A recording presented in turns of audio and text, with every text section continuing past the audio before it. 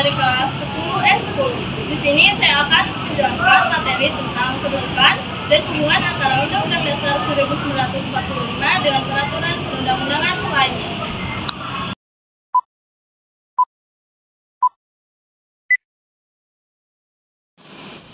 Duar.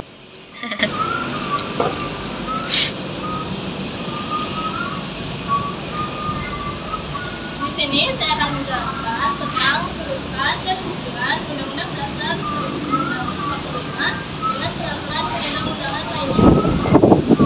Daftar pembahasannya yaitu kedudukan Undang-Undang Dasar 1945, jenis-jenis peraturan perundang-undangan, dan hubungan antar peraturan perundang-undangan.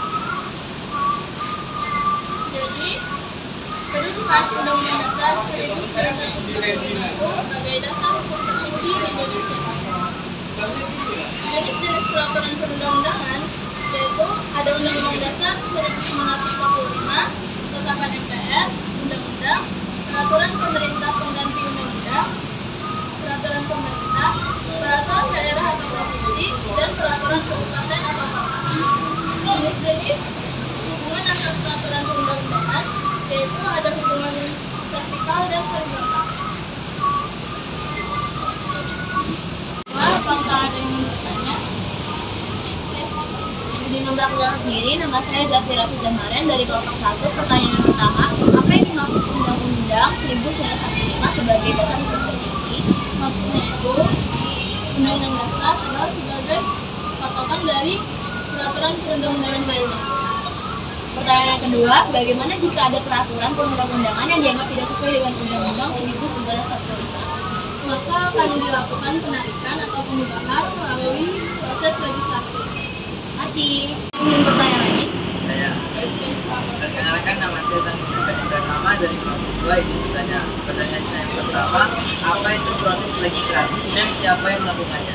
Jadi proses legislasi itu proses pembuatan undang-undang atau penguatan hukum yang dilakukan oleh badan negara atau komisi khusus pembuat undang-undang.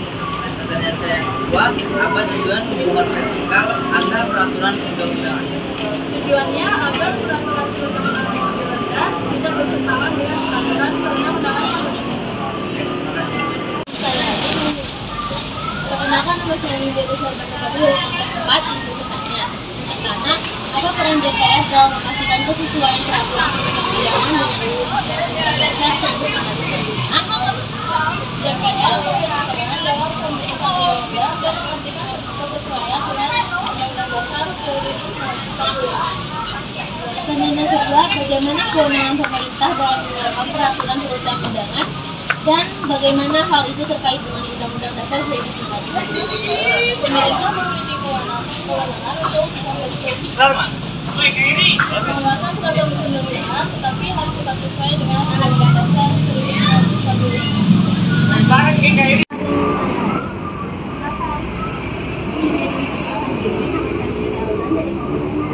Pertanyaan yang pertama, bagaimana hubungan antara UUD 1945 dengan undang-undang lainnya?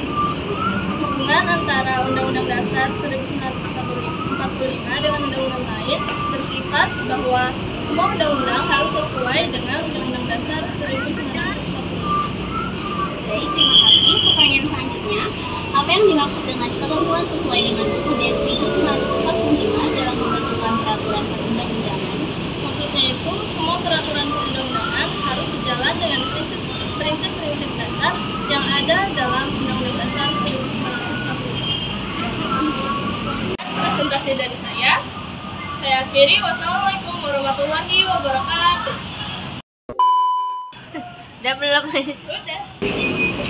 Ya lu jangan like aku. Waalaikumsalam.